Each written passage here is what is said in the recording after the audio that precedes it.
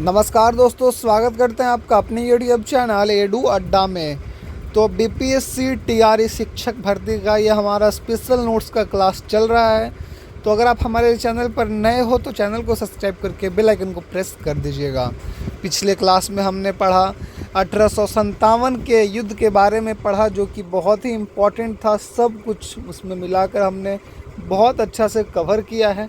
अब चलिए हम यहाँ पर भारतीय राष्ट्रीय आंदोलन के ब्रिटिश शासन के दौरान आधुनिक शिक्षा का विकास के बारे में पढ़ेंगे। तो इससे जुड़े हुए कुछ सवाल भी यहाँ पर हम देखेंगे। तो सबसे पहले सवाल देखते हैं कि शिक्षा के संदर्भ में 1813 का चार्टर अधिनियम किस कारण से महत्वपूर्ण था। शिक्षा के संदर्भ में 1813 का जो चार्टर अधिनियम था वह किस कारण से महत्वपूर्ण था। तो उसका सही उत्तर होगा कि इसने भारत में आधुनिक विज्ञान को बढ़ावा देने के लिए धन आवंटित किया था। यानी कि जो चार्टर अधिनियम 1813 में जो संदर्भ में हुआ था वह इसलिए महत्वपूर्ण था क्योंकि इसने भारत में आधुनिक विज्ञान को बढ़ावा देने के लिए धन को आवंटित किया था। अब चलिए जानते हैं इसके कुछ नोट्स जो कि इम्पोर्टेंट है यहाँ पर, कि 1813 के चार्टर अधिनियम ने भारत में शिक्षा को बढ़ावा देने की दिशा में एक छोटी सी शुरुआत की, जिसमें विद्वान भारतीयों को प्रोत्साहित करने तथा देश में आधुनिक विज्ञान के ज्ञान को बढ़ावा देने के लिए प्रतिवर्ष 1 लाख रुपए आवंटित किए गए। कितने रुपए आवंटित किए गए? तो प्रतिवर्ष जो है 1 लाख रुपए आवंटित किए गए। यह सबसे इम्पॉर्टेंट है यहाँ पर। अब चलिए दूसरा देख लेते हैं। यहाँ पे दूसरा नंबर सवाल है कि 1854 के वुड्स डिस्पैच को भारत में अंग्रेजी शिक्षा का मैग्ना मार्टा माना जाता था, क्योंकि यह क्या था? तो क्योंकि यह जो है शिक्षा के प्रसार के लिए पहली व्यापक योजना थी। जी हाँ, 1854 के जो वुड्स डिस्पैच को भारत में अंग्रेजी शिक्षा का मैग्ना कार्टा माना जाता था, क्योंकि यह शिक्षा के प्रसार के लिए पहली व्यापक योजना थी। बच्चों, आप मुझे कमेंट सेक्शन में बताइए कि मैग्ना कार्टा किसे कहा जाता है। आखिर जो अंग्रेजी शिक्षा का मैग्ना कार्टा माना जाता था, तो हम मैग्ना कार्टा किसे कहते हैं।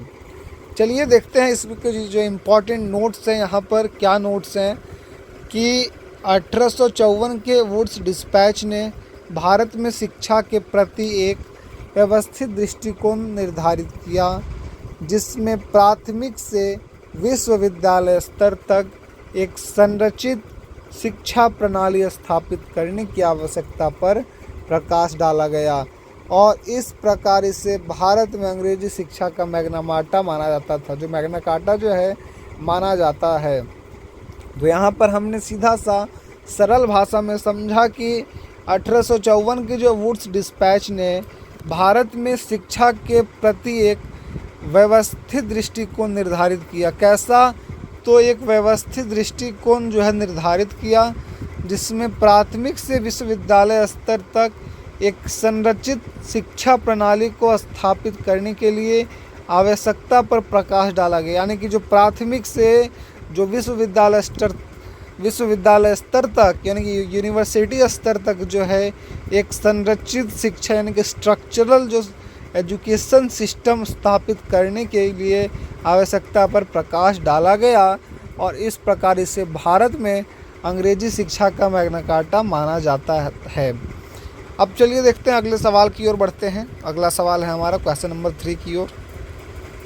क्वेश्चन नंबर 3 कहता है कि 1882 में नियुक्त हंटर आयोग मुख्य रूप से शिक्षा के किस स्तर पर केंद्रित था। तो अगर बात करें कि 1882 में नियुक्त हंटर आयोग मुख्य रूप से शिक्षा के किस स्तर पर केंद्रित था, तो वह था प्राथमिक और माध्यमिक शिक्षा पर जो है वह स्तर पर केंद्रित था। जी हाँ, अगर आपसे कुछ भी पूछेगा तो उसका जो सही जवाब होगा बच्चों वह होगा प्राथमिक और माध्यमिक शिक्षा। अब चलिए कुछ इसके नोट्स पर भी ध्यान देते हैं कि आखिर क्यों यह केंद्रित था, इस पर बात कर ली जाए। तो देखिए, सही उत्तर है प्राथमिक और माध्यमिक शिक्षा, जैसा कि मैंने बताया। और हंटर आयोग ने अपनी सिफारिशों जो है मुख्यतः प्राथमिक और माध्यमिक शिक्षा तक ही सीमित रखी थी। जी हाँ, हंटर आयोग जो था वह मुख्यतः अपनी सिफारिश को जो है प्राथमिक और माध्यमिक शिक्षा तक ही सीमित रखी तथा प्राथमिक शिक्षा में विस्तार और सुधार के लिए राज्य की देखरेख की आवश्यकता पर बल दिया, जबकि माध्यमिक शिक्षा जो है क्षेत्र के लिए सिफारिश की। जी हाँ, पहला जो प्राथमिक शिक्षा है वह राज्य की देखरेख के लिए जो आवश्यकता पर बल दिया गया, राज्य की देखरेख पर आवश्यकता पर बल दिया गया, लेकिन माध्यमिक शिक्षा जो क्षेत्र की सिफारिश के लिए था। अब चलिए अगले सवाल की ओर बढ़ते हैं, क्वेश्चन नंबर यहाँ 4 की ओर। तो क्वेश्चन नंबर 4 पूछता है यहाँ पर कि भारत में अंग्रेज़ों ने पहला मदरसा कहाँ स्थापित किया था। तो भारत में अंग्रेज़ों ने जो पहला मदरसा स्थापित किया था तो वह कलकत्ता में स्थापित किया था। जी हाँ, कलकत्ता में जो है भारत में जो है अंग्रेज़ों ने पहला मदरसा कलकत्ता में स्थापित किया था। अब चलिए इसके कुछ इम्पॉर्टेंट नोट्स की ओर ध्यान देते हैं, जो नोट्स इम्पॉर्टेंट हैं यहाँ पर। तो 1780 में वारेन हेस्टिंग्स ने कलकत्ता में मदरसा आलिया की स्थापना की। देखिए इससे 3 सवाल बनते हैं। पहला सवाल कि आखिर कलकत्ता में जो है मदरसा कब स्थापित किया गया, सबसे पहला सवाल यहाँ पर देख लीजिए कि आखिर सबसे पहला सवाल कि पहला मदरसा कब स्थापित किया, किस वर्ष। तो यहाँ जवाब होगा 1780। ठीक है, अब किसने किया था, तो वारेन हेस्टिंग्स ने किया था। जी हाँ, वारेन हेस्टिंग्स ने जो है मदरसा का स्थापना किया था। और मदरसा का नाम क्या था, तो आलिया नाम का जो मदरसा था उसका स्थापना किया गया। इससे 3 सवाल बनते हैं। बताइए आप, एक सवाल से 3 सवाल बनाए। अब देखिए सबसे यहाँ देखिए अगला टॉपिक में यहाँ पे कि इसका पहला प्रमुख जो है नाजीन मुल्ला मुजुद्दीन था। जी हाँ, मुल्ला मुजुद्दीन। इस देखिए यह भी एक टॉपिक हो गया, जो सवाल हो गया कि पहला प्रमुख कौन था आलिया मदरसा का, तो वह मुल्ला मुजुद्दीन था। जी हाँ, मुल्ला मुजुद्दीन था।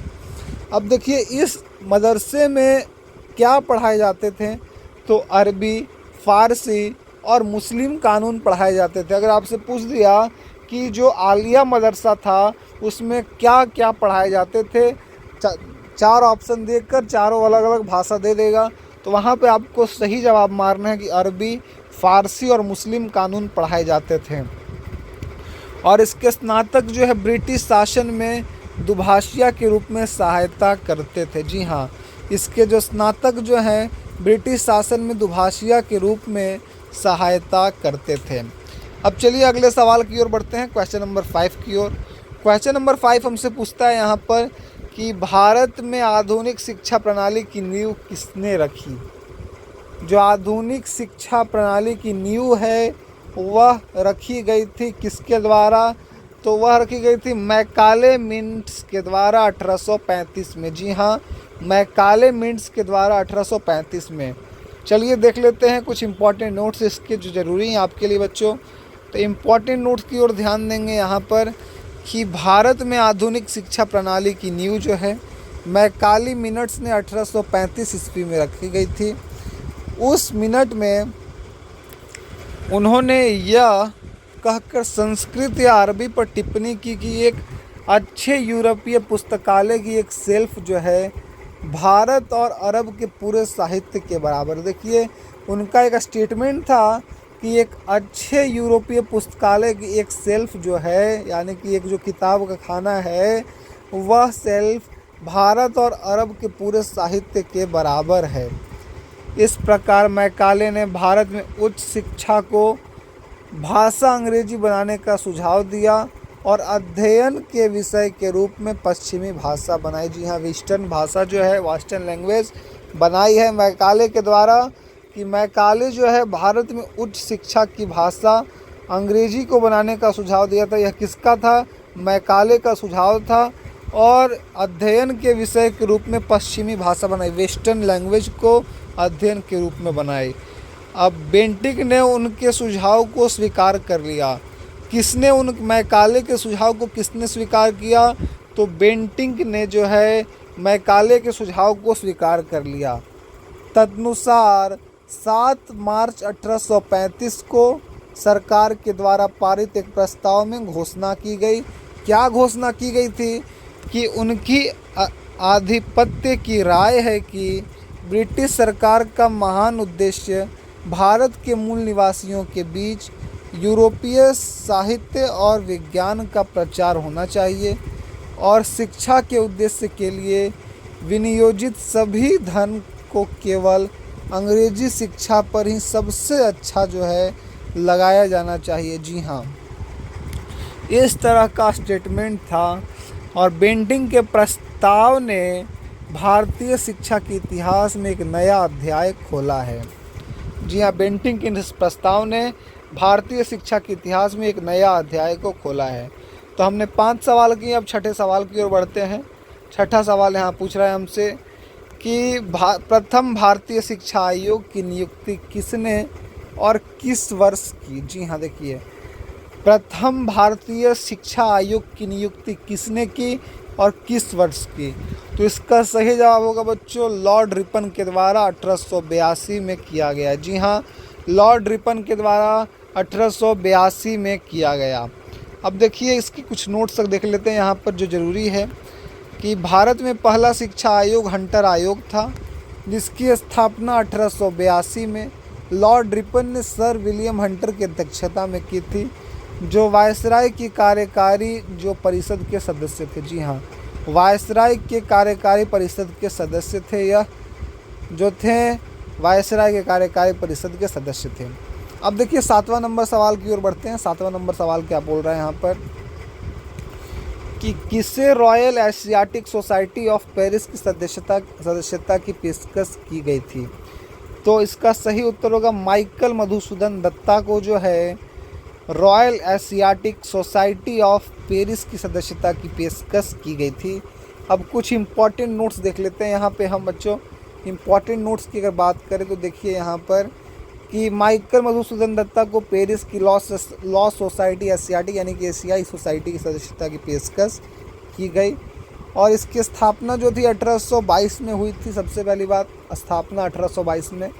दादा भाई नौरोजी जो कि 1892 से लेकर 1895 के बीच में United kingdom house of Commons में लिबरल पार्टी के सांसद थे, एमपी थे। देखिए यह भी इम्पॉर्टेंट है आपके लिए। इम्पॉर्टेंट क्या है कि दादा भाई नौरोजी जो हैं लिबरल पार्टी के सांसद थे। जी हाँ, लिबरल पार्टी के सांसद थे 1892 से लेकर 1895 के बीच में और ब्रिटिश एमपी बनने वाले वह पहले एशियाई थे। जी हाँ, ब्रिटिश एमपी बनने वाले वह पहले एशियाई थे, यानी कि मेंबर ऑफ पार्लियामेंट। अब देखिए राजा राममोहन राय ने 1828 में ब्रह्मो सभा आंदोलन की स्थापना की, जिसने ब्रह्मो समाज को जन्म दिया और एक प्रभावशाली बंगाली सामाजिक धार्मिक सुधार आंदोलन था। स्वामी विवेकानंद ने 1893 में विश्व धर्म संसद में भारत का प्रतिनिधित्व करते हुए संयुक्त राज्य अमेरिका की यात्रा की और 1897 में रामकृष्ण मिशन की स्थापना की गई। देखिए आपसे यह भी पूछा जा सकता है, यहाँ पर जो सवाल इम्पोर्टेंट आपके लिए वह मैं डिस्कस कर दे रहा हूँ। सबसे पहली बात कि दादा भाई नौरोजी को मेंबर ऑफ पार्लियामेंट ब्रिटिश में कब बनाया गया। लिबरल पार्टी का सांसद जो थे तो वह 1892 से लेकर 1895 तक। देखिए यहाँ पर ये अपना ये टॉपिक हो गया, ठीक है। ये अपना पहला सवाल हो गया। स्थापना कब की गई थी तो 1822 में की गई थी। और ऊपर से देख लीजिए राजा राममोहन राय ने 1828 में ब्रह्मो सभा आंदोलन की स्थापना की। राजा राममोहन राय ने ब्रह्मो सभा आंदोलन की स्थापना कब की थी 1828 में, यह हो गया। अब देखिए जिसने ब्रह्मो समाज को जन्म दिया, जो एक प्रभावशाली बंगाली सामाजिक धार्मिक सुधार आंदोलन था।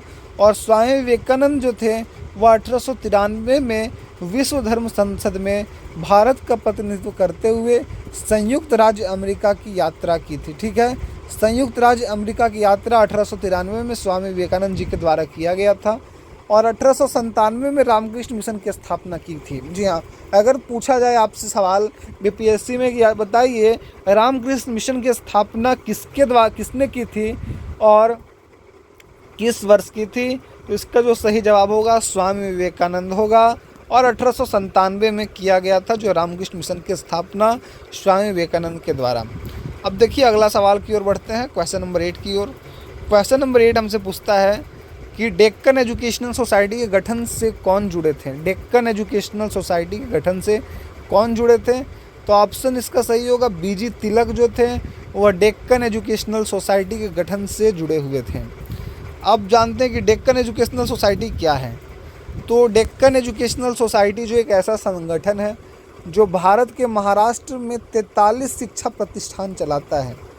43 शिक्षा प्रतिष्ठान चलाता है। यह कहाँ पर स्थित है? तो यह पुणे में स्थापित है। डेक्कन एजुकेशनल सोसाइटी कहाँ पर स्थापित है, यह भी सवाल आपसे पूछा जाएगा। तो यह पुणे में स्थापित है। अब देखिए अगला यहाँ लाइन है कि न्यू इंग्लिश स्कूल की स्थापना विष्णु शास्त्री, चिपलूनकर और बाल गंगाधर तिलक ने 1880 में पुणे में की थी। न्यू इंग्लिश स्कूल की स्थापना किसने की थी? तो वह विष्णु शास्त्री, चिपलूनकर और बाल गंगाधर तिलक ने कब की थी? तो 1880 में। और कहाँ की थी? तो पुणे में की थी। ठीक है, यह भी हो गया। अब देखिए डेक्कन एजुकेशनल सोसाइटी को उन्होंने 1884 में गोपाल गणेश आगरकर, महादेव बल्लाल नामजोशी, वी.एस. आप्टे, वी.बी. केलकर, एम.एस. गोले और एन.के. धरप के सहयोग से बनाई। इन 4 से 5 लोगों के सहयोग से यह जो है डेक्कन एजुकेशनल सोसाइटी बनाया गया। अब देखिए आगे यहाँ पर कि एम.जी. रानाडे जो है डेक्कन एजुकेशनल सोसाइटी से भी जुड़े हुए थे। जी हाँ, एम.जी. रानाडे जो हैं डेक्कन एजुकेशनल सोसाइटी से जुड़े हुए थे। अब देखिए अगला सवाल यहाँ पर कि 9 नंबर सवाल हमसे पूछता है कि माइकल सैडलर आयोग का गठन किसकी समस्याओं का अध्ययन करने के लिए किया गया था?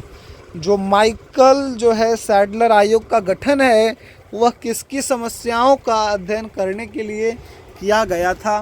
तो इसका जो सही जवाब होगा वह होगा कलकत्ता विश्वविद्यालय। जी हाँ, कलकत्ता विश्वविद्यालय जो है इसका समस्याओं का अध्ययन करने के लिए किया गया था। माइकल सैडलर आयोग का गठन जो है वह कलकत्ता विश्वविद्यालय के समस्याओं का अध्ययन करने के लिए किया गया था। अब इसके कुछ इम्पॉर्टेंट नोट्स की ओर ध्यान देते हैं। इम्पॉर्टेंट नोट्स की बात करें तो माइकल सैडलर आयोग, जिसे कलकत्ता विश्वविद्यालय आयोग के नाम से भी जाना जाता है। अब देखिए आगे, इसका गठन जो है विशेष रूप से कलकत्ता विश्वविद्यालय की समस्याओं पर अध्ययन करने और रिपोर्ट करने के लिए किया गया था, जैसा कि मैंने आपको बताया। और इस आयोग ने ब्रिटिश औपनिवेशक काल के दौरान भारत में उच्च शिक्षा के सुधार और आकार देने में महत्वपूर्ण भूमिका निभाई है। अब देखिए 10वां नंबर सवाल की ओर बढ़ते हैं। 10 नंबर सवाल हमसे पूछता है कि स्वतंत्रता पूर्व काल में ब्रिटिश सरकार द्वारा भारत में आधुनिक शिक्षा का प्रसार करने का मुख्य कारण था क्या था? तो यह था छोटे प्रशासनिक पदों पर शिक्षित भारतीयों की आवश्यकता। इसके कुछ नोट्स देख लेते हैं यहाँ पे। स्वतंत्रता पूर्व काल में भारत में आधुनिक शिक्षा के प्रसार के लिए ब्रिटिश सरकार का मुख्य उद्देश्य प्रशासन के व्यय को कम करना था। सरकार अपनी आवश्यकताओं को पूर्ति के लिए शिक्षित भारतीयों की संख्या बढ़ाना चाहते थे। ब्रिटिश शासन के छोटे मोटे प्रशासनिक पदों पर शिक्षित भारतीयों की तत्काल आवश्यकता थी। जी हाँ, जो छोटे प्रशासनिक पद पर जो है शिक्षित भारतीयों की आवश्यकता थी, उनकी संख्या को बढ़ाना चाहती थी सरकार जो थी। और ब्रिटिश शासन के छोटे मोटे प्रशासनिक पदों पर शिक्षित भारतीयों की तत्काल आवश्यकता थी। अब इसी में देख लीजिए, जो हमने यहाँ पे इम्पॉर्टेंट आपको नोट्स कराए हैं वह ब्रिटिश शासन के दौरान आधुनिक शिक्षा का विकास से कराएं। इससे पिछले नोट्स हमने कराया था 1857 का युद्ध से जुड़े हुए सवाल कराए थे। करीब उसमें हमने 6 से 7 सवाल कराए, लेकिन 6 से 7 सवालों को डीपली कराया तो वह करीब हमारा उसमें से 25 से 30 सवाल निकल कर आए थे, जो आपके लिए बहुत ही इम्पॉर्टेंट साबित होंगे बीपीएससी टीआरई का पेपर में, चाहे वह उसका प्राइमरी में दे रहे हों या 6 to 8 में या 9 to 10 में। आपके लिए हर क्लास का इम्पॉर्टेंट है, 1 to 5 हो, चाहे 6 to 8 हो या 9 to 10 हो या फिर 11 12 का इम्पॉर्टेंट है आपके लिए, क्योंकि हम यहाँ पे पढ़ा रहे हैं भारतीय राष्ट्रीय आंदोलन। इसके नेक्स्ट क्लास को हम लेकर आएंगे। अगर आपको यह पूरा क्लास अच्छा लगा होगा कि हाँ सर ने मुझे कुछ अच्छा ज्ञान दिया है, तो आप हमारे चैनल को सब्सक्राइब करके बेल आइकन को प्रेस कर दीजिएगा मिलते हैं फिर किसी वीडियो के साथ में, तब तक के लिए जय हिंद, जय भारत, वंदे मातरम।